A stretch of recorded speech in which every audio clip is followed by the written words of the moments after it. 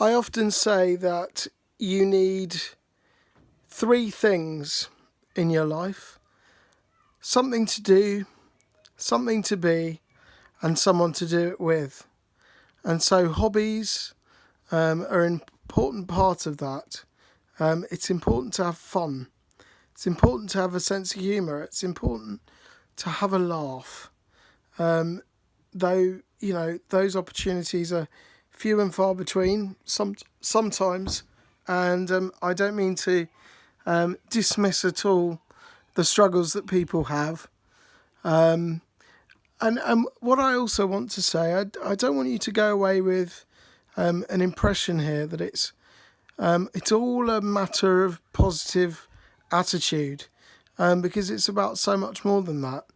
And that's why it's important to understand that social policy it's really the things that people do, and the way that they do them, and the way that they frame them, the way that they implement them, as I've said. So people can be both positive and negative, but we're all socialised. We're socialised by different things, by the prevailing social attitudes that we grow up around, by the stories that we hear, by the things that we see in the media. And the media deal in stereotypes, and for disabled people, and that's absolutely no different.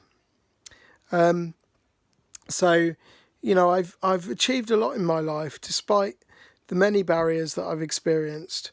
Like I say, I have a job, I have a family, I have friends. The disability doesn't go away, it's part of my life, and the barriers keep on coming, and I continue to experience them in different ways, and so my needs change.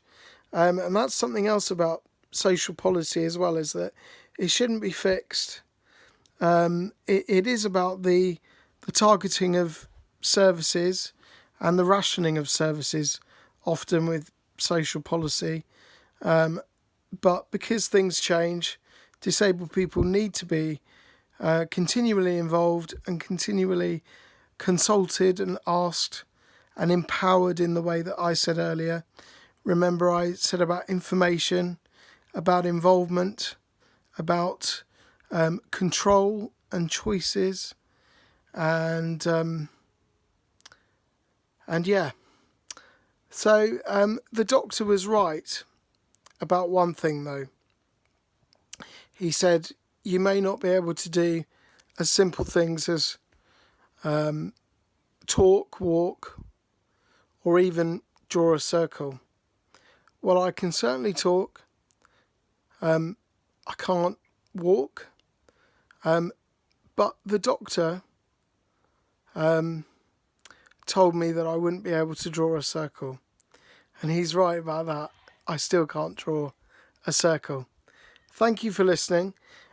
What I would say is that if you have any questions, we'll find a way to post those questions, and maybe I can do a follow-up session where I answer some of your questions and expand on some of the themes that I've covered in this content.